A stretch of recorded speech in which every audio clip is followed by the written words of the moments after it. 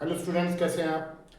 देखिए, time to time मैं आपको एजुकेटिव कंटेंट तो मैं आपको देता ही रहता हूँ, लेकिन इसके साइड में एक हमारी वीडियोस की एक सीरीज़ मैंने चालू करी है, जिसमें मैं आपको other than studies, other than subjects भी मैं आपको चीज़ें बताता रहूँगा कि कैसे आपको क्लियर चीज़ों को सॉर्ट आउट करना है, चीज़ों से को समझना है। ठीक है, तो आज का हमारा टॉपिक है how student focus on studies. बहुत से बच्चे कहते हैं कि सर हम बैठते हैं पढ़ने के लिए, लेकिन पढ़ने में मन नहीं लगता, समझ में नहीं आता, कुछ डिस्ट्रैक्शंस आ जाती हैं, तो कैसे इन चीज़ों से निकला जाए। बहुत पेरेंट्स भी कहते हैं कि सब चीज़ मतलब ओके हैं, बच्चा भी सही है पढ़ने में, लेकिन फिर भी फोकस नहीं हो पा रहा है, मतलब ध्यान नहीं हो पाता, पढ़ाई में लग पाता है, तो उसके लिए क्या करना चाहिए। तो देखिए, मेरे को 25 साल हो गए हैं पढ़ाते हुए, और मैं मतलब अलग अलग तरह के बच्चों से मैं मिलता हूँ, पढ़ाता हूँ, देखता हूँ, सुनता हूँ उनकी क्वेरीज को।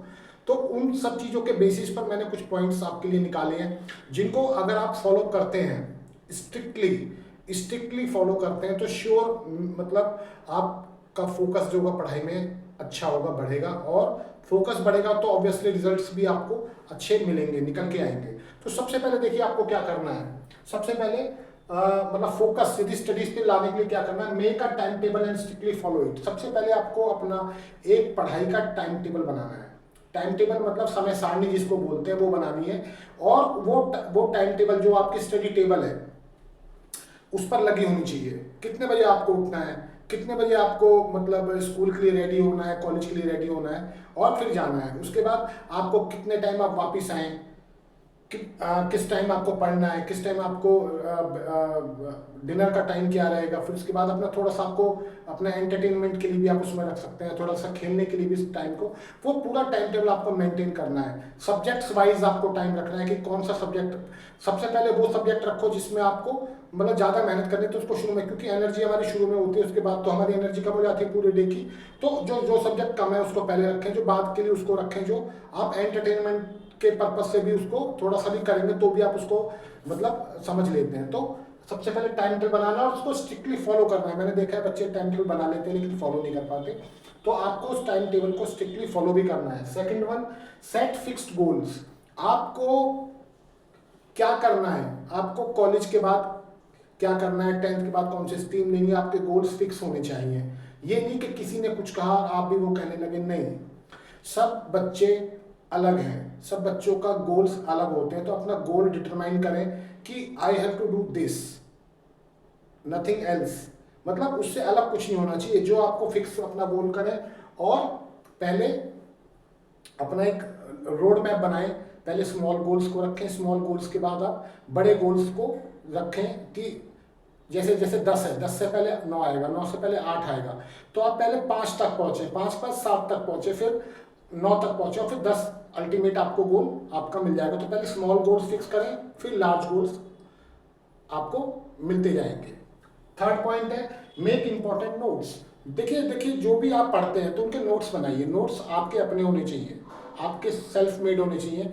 उन नोट्स को बनाएं, उनको टाइम टू टाइम रिवाइज करें। पूरी किताब लेके नहीं बैठना है पेपर के टाइम, कि पूरी किताब आप लेके बैठ गए हो कि क्या कर रहे हो, कि पढ़ाई कर रहे हो। भाई, किताब शुरू के लिए थी, अब आपको नोट्स जो आपने बनाए हैं उनसे आप रिवाइज करें चीज़ों को, कि जो आपके सेल्फ मेड इंपॉर्टेंट पॉइंट्स हैं उनको रिवाइज कर लो, और बाकी एक्सप्लेनेशन बच्चे सब अपने आप कर लेते हैं।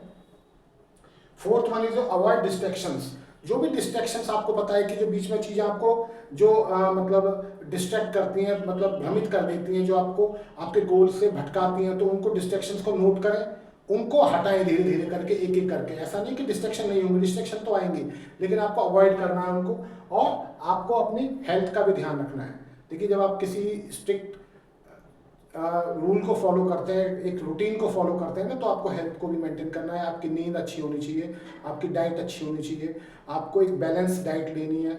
एक आपका शेड्यूल जो है वो अच्छा होना चाहिए, जो आपको प्रमोट करे, उस चीज़ को बढ़ने में प्रमोट करे।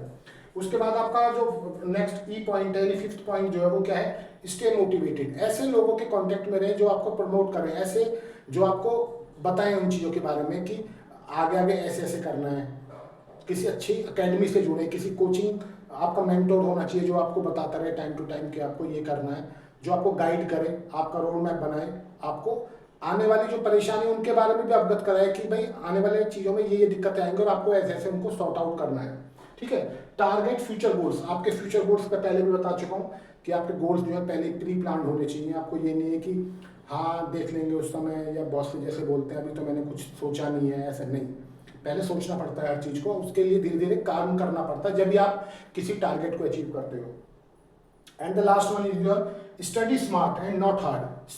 स्टडी स्मार्ट और नॉट हार्ड का मतलब क्या है कि देखिए मेहनत तो है, हार्डनेस मतलब हार्ड वर्क तो का कोई सब्स्टिट्यूट नहीं है, मैं पहले भी कई बार बोल चुका हूँ, there is no substitute of hard work. लेकिन स्मार्टली का मतलब है कि जैसे आपने कोई चीज़ पढ़ ली, उसमें सेल्फ नोट्स बना ली, उसको रिवाइज कर लिया, अब बार बार उस चीज़ पे जाने की जरूरत नहीं है। कि जब मैं कहता हूँ कि जैसे आपके 10 चैप्टर हैं तो 10 में से आप 7 करें, 8 करें, लेकिन वो बेस्ट तरीके से होनी चाहिए कि हाँ भाई इनमें से कोई दिक्कत नहीं है, इनको मैंने अच्छे से कर लिया है, और जब टाइम मिलता है तो जो बाकी 2 बचे हैं उनको भी कर लें। तो इसको बोलते हैं स्मार्ट वर्क करना अच्छे से। मतलब हार्ड वर्क तो शुरू में होगा लेकिन बाद में वो स्मार्ट वर्क बन जाएगा क्योंकि आप ऑलरेडी पहले इसको कर चुके हैं। ठीक है।